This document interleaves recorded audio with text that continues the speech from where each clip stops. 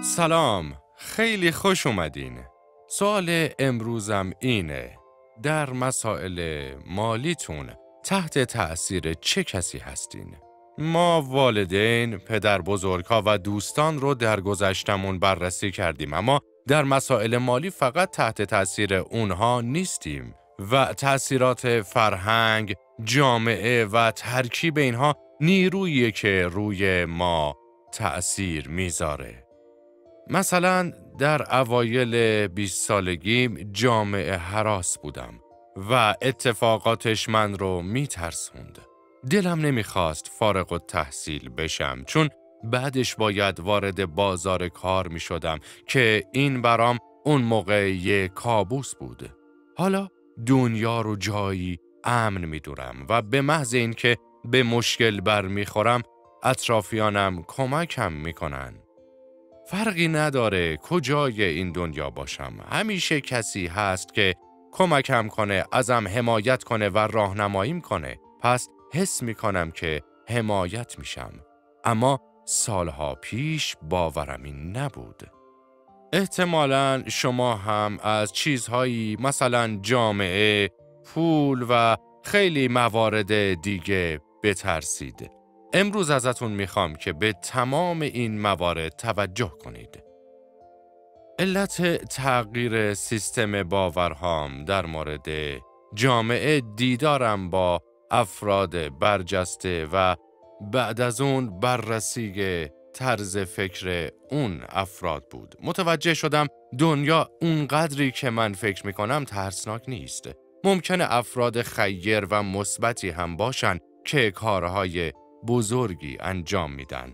نکته مهم در مورد تغییر سیستم باورها اینه که باورتون رو تحلیل کنید و از خودتون بپرسین چرا چنین باوری رو در مورد پول، زندگی، کارتون و یا هر چیز دیگه‌ای دارید.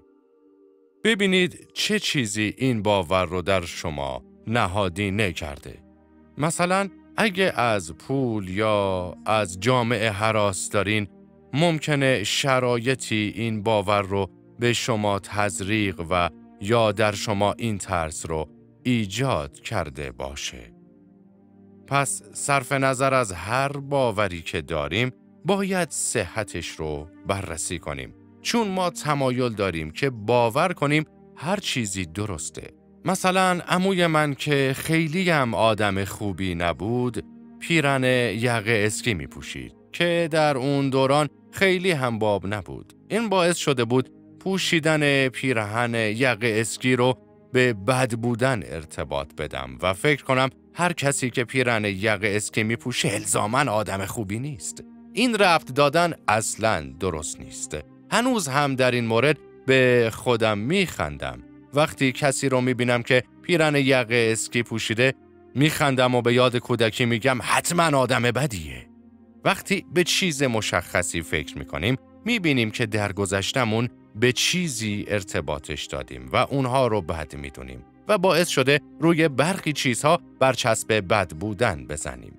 ممکنه سیستم‌های باوری شما منسوخ شده باشن، پس باید اونها رو آپدیتشون بکنید. داستان‌های فرهنگی. شما چه سیستم‌های اعتقادی در مورد پول دارید؟ والدین من میگفتن اگه پول نداری پس سر نداری. در کودکی همش فکر میکردم اگه بزرگ شم و پولدار نباشم سرم رو از دست میدم.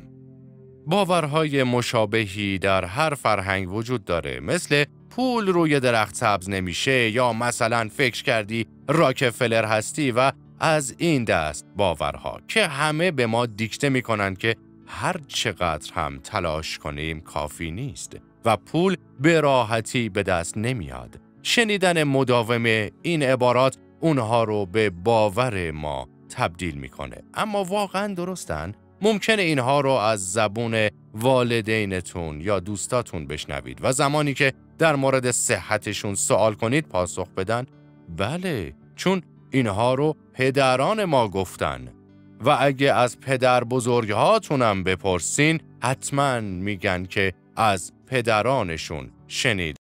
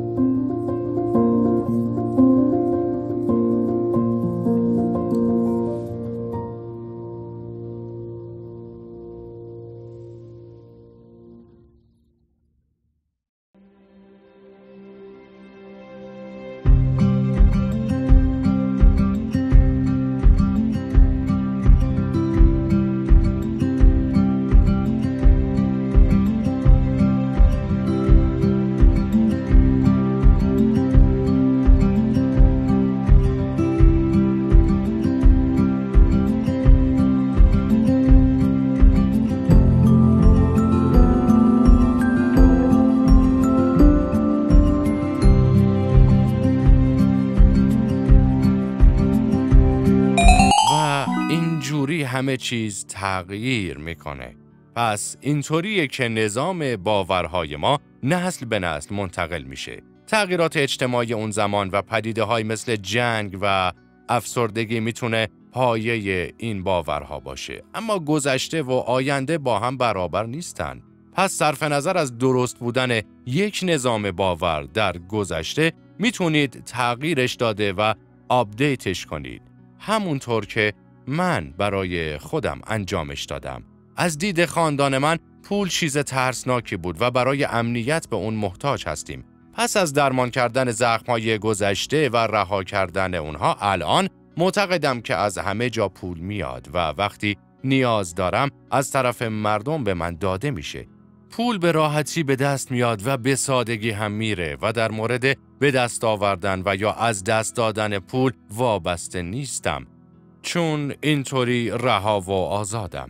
اگه به اومدن و رفتن پول وابسته بشین قطعاً گیر میافتین. با درمان زخم‌های گذشته‌تون و آپدیت کردن سیستم‌های باورتون زندگیتون هم کاملاً متفاوت خواهد شد و اون هم تغییر میکنه.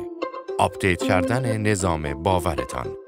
میخوام بهتون بگم چطور باورهای قدیمی رو کنار گذاشتم و باورهای جدید رو جایگزینشون کردم. 20 ساله بودم که در شهرمون یه زلزله بزرگ رخ داد. زلزله بزرگی که جان هزاران نفر رو گرفت. پدر و مادرم سالم بودن، اما دوستان زیادی رو در این حادثه از دست دادم و دوستانی که برام موندن هم داغدار شده بودن. دوران بدی بود، اما وقتی کمک‌های بین‌المللی از سراسر دنیا رو می‌دیدم دلگرم شده بودم که مردم هنوز به فکر ما هستن، به همون کمک میکنن.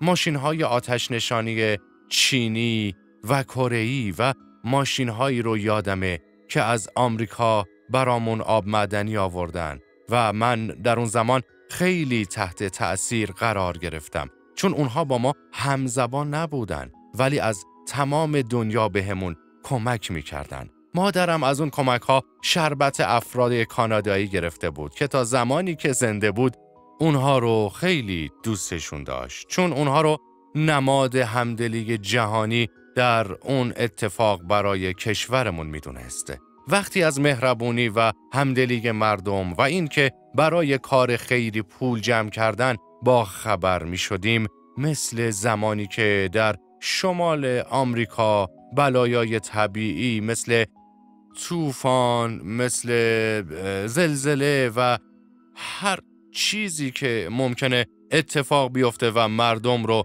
به درد سر بندازه و مردم برای کمک به اونها مقادیر زیادی پول دادن و یا کمک‌های دیگه‌ای کردن، به نظرم خیلی زیبا بود و متوجه شدم همه مردم دنیا بخشنده هستند. با تغییر زاویه دیدمون دنیا جای قشنگتری به نظر میرسه و مردم سخاوتمندش به همدیگه کمک میکنن. اخبار مدام نکات منفی رو مخابره میکنه، در حالی که در دنیا 10 برابر اتفاقات خوب و زیبا رخ میده که ما از اونها بیخبریم. پس با تغییر زاویه دیدمون در زندگی من فکر میکنم دنیا قطعاً جای قشنگتری خواهد شد. من نمیگم که همه چیز رو با دید مثبت ببینید، اما هر جا رو که نگاه میکنید دوستی، بخشندگی، سخاوت و زیبایی رو ببینید. انتخابش با شماست. میخواید دنیا رو مکانی ترسناک ببینید یا جایی پر از عشق؟ اینطوری بود که من سیستم باورهام رو در مورد دنیا و پول تغییر دادم و به تبع اون افراد بهتری رو جذب کردم و به جاهای بهتری هم راهنمایی شدم. مشتریانم بهتر شدن و در نتیجه بیشتر دریافت کردم و بعد از اون به استقلال مالی رسیدم. پس باور به بخشنده بودن دنیا بهتون کمک میکنه و براتون هیچ هزینه‌ای هم نداره. پس چرا از این زاویه به دنیا نگاه نکنیم؟ تمرین لذت بخش. ازتون میخوام نظام باورهاتون رو که باید بهبود پیدا کنه بررسی بکنید. میخواید کدوم باورتون رو ارتقا بدید؟ این خیلی هیجان انگیزه. دکتر اسکات میلز قراره ذهن شما رو برای تغییر دادن نظام باورهاتون آموزش بده. امروز در مورد نظام باورها صحبت کردیم و تصمیم گرفتیم اونها رو آپدیت کنیم. فردا روز دریافته، پس موارد بیشتری به سمت ما میان و قرار ظرفیتمون رو برای بیشتر دریافت کردن بالا ببریم. به همون خوش میگذره. میبینمتون.